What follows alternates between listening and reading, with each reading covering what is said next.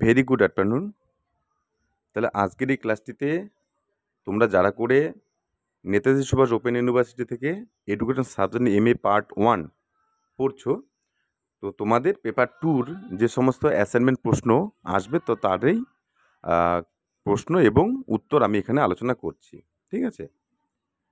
তো সঙ্গে এটা বলি যে দেখো, শুধু অ্যাসাইনমেন্ট দিলে তো হবে না, সঙ্গে তোমরা যারা করে আমার এই চ্যানেলটিকে প্রথম দেখছো তাদেরকে বলবো আমার চ্যানেলটা অবশ্যই সাবস্ক্রাইব করে রাখো এবং বেল আইকনটি প্রেস করে রাখো।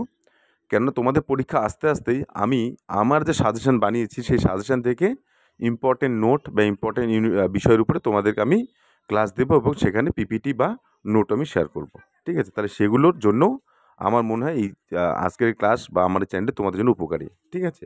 তো যাই হোক, তাহলে প্রথম যে প্রশ্ন সেটা হচ্ছে ব্যক্তিত্বের সংরক্ষণ তত্ত্ব এর প্রবক্তা। এই যে সংরক্ষণ তত্ত্ব যে বলছে, তাহলে সংরক্ষণ তত্ত্বের কথা দেখো, আমরা হয়তো সবাই হয়তো উত্তর আমরা এটা দেবো যে ক্যাটেলের কথা, কিন্তু আমি বলবো যে এখানে ক্যাটেল নয়, ক্যাটেলের থেকেও বেশি ক্যাটেলের আগে মূলত আলপোর্ট করেছিল। ঠিক আছে?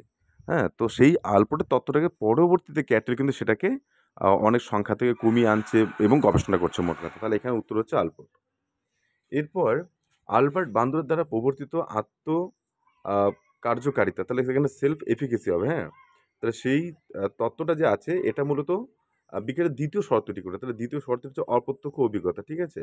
হ্যাঁ, তাহলে এই আপনার ক নম্বরটা হচ্ছে উত্তর। ৩ নম্বরে স্কিমার ধারণাটা কে দিয়েছে? তাহলে স্কিমার ধারণা দিয়েছে জ্যাঁ পিয়াজে বা জিন পিয়াজে। ঠিক আছে? জ্যাঁ পিয়াজে বলে, অনেকে জিন পিয়াজ বলে। তাহলে গ নম্বরটা হচ্ছে উত্তর। এরপর হচ্ছে কৃষ্টি নিরপেক্ষ বুদ্ধির অভিক্ষা। এই যে কৃষ্টি নিরপেক্ষ অর্থাৎ cultural fair test of intelligence, তাহলে এটা আমরা কী করি? এটা কী করি যে যাতে কালচারাল যাতে কোনো রকম বেরিয়ার না হয়, তো সেটার একটা টেস্ট। ঠিক আছে? তো সেক্ষেত্রে কালচারাল যে তাহলে ক নম্বর ক নম্বর the test is free from any cultural bias, তাহলে এটা হচ্ছে উত্তর। ঠিক আছে? তারপরে ব্যক্তিত্বের সামাজিক শিখন তত্ত্ব অর্থাৎ social learning theory of personality, তাহলে এটা আমরা সবাই জানি, এটা হচ্ছে বান্দুরার তত্ত্ব অর্থাৎ অপশন নম্বর ঘ। ঠিক আছে? এরপর transposition theory of transfer learning, তাহলে ট্রান্সফার লার্নিংয়ের কথা যদি আমরা বলি, তাহলে এখানে দেখো, এখানে জারের কথা বলে থন্ডের, তাহলে এখানে আমরা দেখতে পাই যে মূলত 3 রকমের আমরা তত্ত্ব দেখতে পাই। একটা হচ্ছে আইডেন্টিক্যাল এলিমেন্টস, তারপর হচ্ছে জেনারেশন থিওরি এবং হচ্ছে গেস্টাল। তাহলে এক্ষেত্রে ট্রান্সপোজিশন যেটা সেটা হচ্ছে গেস্টালের বা গেস্টাল তত্ত্বের একটা তত্ত্ব। হ্যাঁ, তাহলে এটা হচ্ছে ঘ। এবার হচ্ছে অ্যাটেনশন থিওরি অফ ব্রডব্যান্ড। ঠিক আছে? তাহলে ব্রডব্যান্ড ওনার যে তত্ত্বটা আছে সেটার নাম কি? সেটা হচ্ছে তাহলে ফিল্টার থিওরি অফ অ্যাটেনশন অর্থাৎ গ নম্বর। এরপর হচ্ছে কি encoding idea for cognitive organization অর্থাৎ বুদ্ধি সংগঠনের স্থায়ী ধারণার কথা কে বলেছেন? তাহলে এটা আসুবলে বলেছেন। তারপর বিকাশ বৃদ্ধির চেয়ে তাৎপর্যপূর্ণভাবে পৃথক কেন? মোট কথা, তাহলে এখানে একটা জিনিস মাথায় রাখবে, দেখো যে এখানে যে অন্যান্য যে পয়েন্টগুলো আছে যে ব্যক্তিগত, তারা প্রত্যেকটা বিকাশও তার একদম ব্যক্তির ক্ষেত্রে ব্যক্তিগত, আবার বৃদ্ধিটাও ব্যক্তিগত, নিরবিচ্ছিন্ন দুটোই। তাহলে এক্ষেত্রে মূল যে পার্থক্য সেটা হচ্ছে গুণগত এবং হচ্ছে পরিমাণগত। তাহলে বিকাশ হচ্ছে গুণগত এবং বৃদ্ধি হচ্ছে পরিমাণগত, তাহলে এখানে গ নম্বরটা হচ্ছে তোমাদের উত্তর, গুণগত পরিবর্তন সমূহ। ঠিক আছে?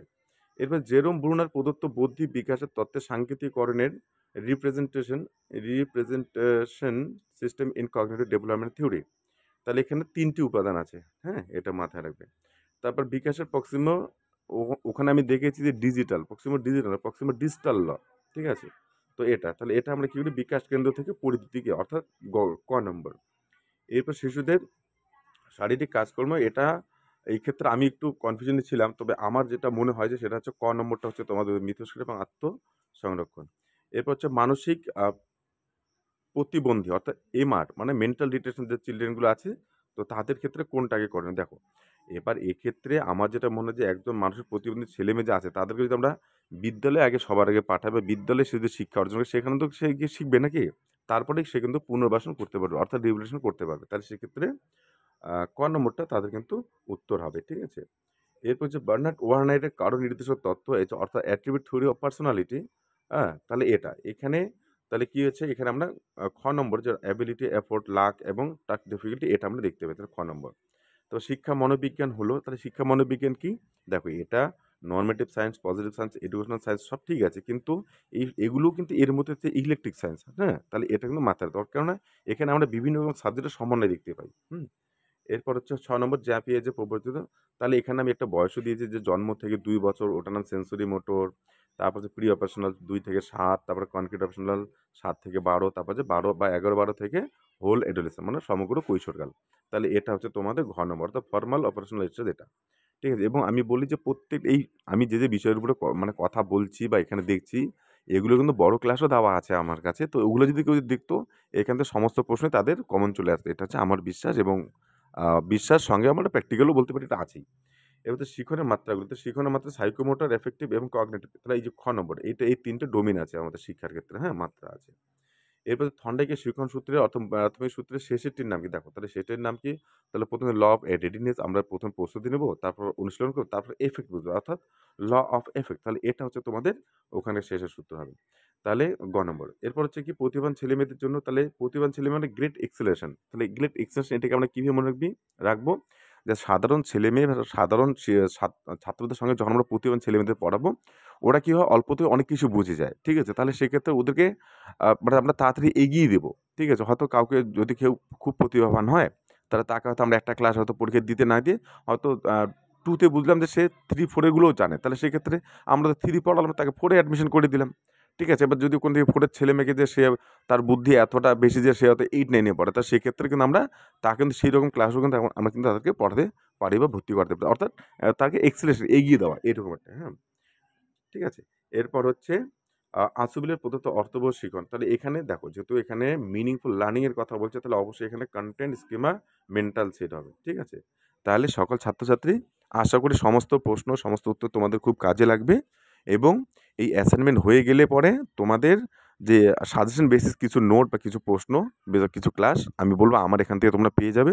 এইজন্য সবাইকে বলব, সবাই তোমরা ক্লাসটিকে বা চ্যানেলটিকে সাবস্ক্রাইব করো এবং এই ক্লাসটি শুধু তোমরা একা নয়, সবার মধ্যে ছড়িয়ে দাও যাতে সবাই উপকৃত হয়। ঠিক আছে? ধন্যবাদ সবাইকে। সবাই খুব ভালো থেকো।